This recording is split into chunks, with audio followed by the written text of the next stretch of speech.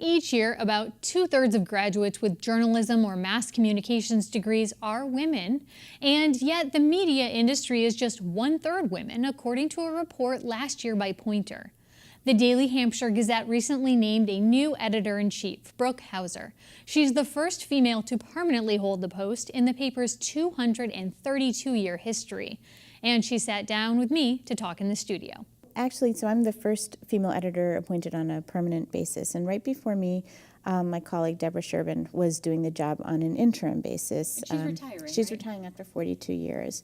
So, there's someone else important there who's retiring, Stan Moulton. He was the opinion editor for the last couple of years, and I've actually taken that job on too. So I'm now the editor-in-chief and the opinion editor. It's a very big job. Wow. And, with a few great people leaving who have such not just history there, but institutional knowledge. It's important to have a strong leader, and it's a job that I was excited to do. That's why it's of interest to me. I think that community journalism is very important. It always has been. I got my start in community journalism at the Miami Herald. You were very young too, right? You were young. still in high school? I was in high school. It was an internship, and we're doing an internship program now at the Gazette that's excellent, and the students come in, they're college students, and they just get a ton of experience. We throw them in. We had people helping out on election night. We have students writing cover stories, front page stories, and I got to do the same kind of thing in high school. So, and at that age, what was it? I also read that you knew at quite a young age you wanted to be a journalist. Mm-hmm. Was there someone in particular that inspired you, or what was it that drew you to that profession so young? I loved writing, and I still love writing about real people. I never did a lot of fiction or poetry. I experimented with that, but I like writing about real people. I always have.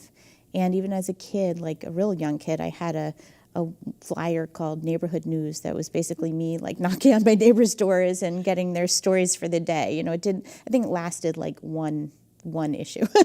I remember our school newspaper at the elementary school level, I had a pet column. Yeah. And I also was very interested in what all of our neighbors were doing. Right. So my parents joked that I was destined to be a journalist. I think it's a natural instinct for a lot of people. And, I happen to have followed that instinct, but I think that most people have a curiosity about where they live and about their neighbors. And that's the kind of craving that a community newspaper can satisfy.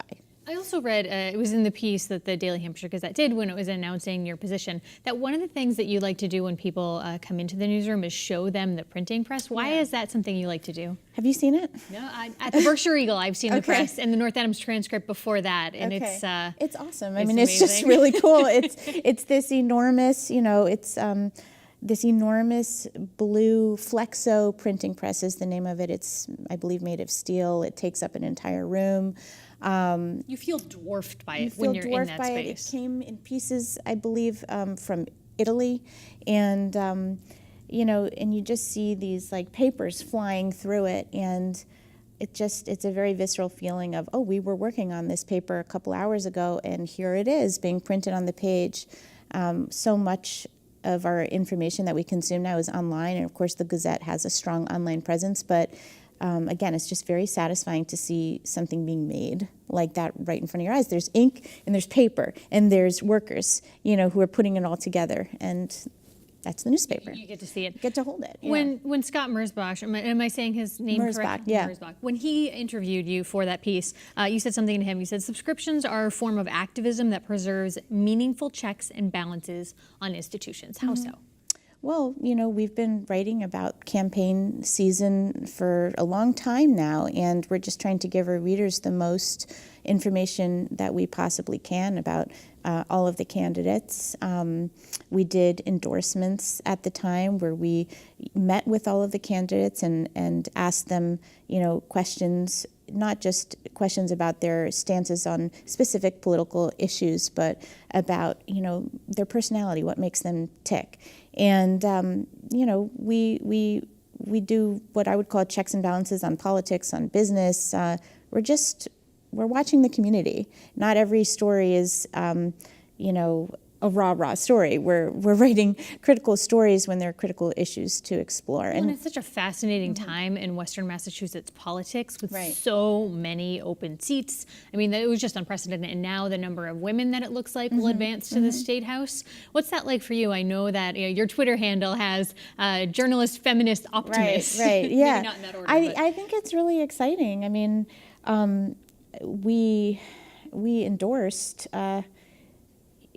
pretty much all female candidates. Yeah, we did. We ran all, endorsements of female candidates, and that was just a coincidence, but it speaks to what's happening locally and also what's happening nationally. There's just been an uptick in the number of women running for office, and we're seeing it here, which isn't surprising to me. So, but it is still exciting.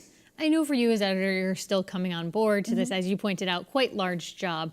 But I wonder, long form is part of your background. You were arts and culture editor at the Daily Hampshire Gazette before the current position. Right. Will we see more long form pieces in the overall paper as a result of sort of that affinity that you have? Oh, that's a great question, and I certainly hope so. I mean, just the other day we were in a pitch meeting with a reporter who has a great idea for an ongoing series, and I love it when we can really dig deep into something like that. And yes, I come from a background in long-form narrative journalism. I suppose you could call a book is like the ultimate long form, and I've written Right, you're two an author books. of 2 books. Yeah. So, but also, I mentioned the Miami Herald where I got my start as a teenager, but later on, after graduating and working in magazines, I began to freelance for the New York Times for a section that no longer exists called the City section. And it was my favorite section as a reader. It was my favorite section as a writer. And in some ways, it was our version in the New York Times of a community newspaper because it just covered the 5 boroughs of New York City. Yeah. So, stories I did for them were once they sent me to Rikers Island, the big jail complex to write about women correction officers, and just every piece I did for them really, unless it was a short piece, it was immersive, and it took, several months to complete. And our reporters are churning out stories every day, but we're also hoping to, carve out the time for them to take on these bigger, juicier stories. Do you think that there's those types of stories are of interest, though, especially because I read that you are very interested in getting, you're young, you're 39, getting people 39 and younger to read the newspaper. So how do you balance those two, that long form, but also the sort of quick hits that younger people tend to want? Younger people do want quick hits, but, I think that they want to feel invested in a story too. And I agree with that as well. Yeah. So that's what I would say is, certain stories and certain subjects really merit that kind of attention. We have a lot of young and older readers who are, interested in social justice issues and advocacy, and I think that some of our pieces, the longer form ones, would speak to those interests. We have a reporter, Dusty Christensen, who's done a great job of digging deep into, our immigration issues around here. He has spent a lot of time with Lucio Perez at the Amherst Church, and he's written about Lucio not once, but several times, and we've had great photographers who have captured that story in a visual way too. So I hope to see more things like that, more. In essence, they are still stories about people, and just their ongoing lives. So that's what I am. I love writing about people, as I mentioned. I love doing portraits and profiles, and to me, the best stories are always about people.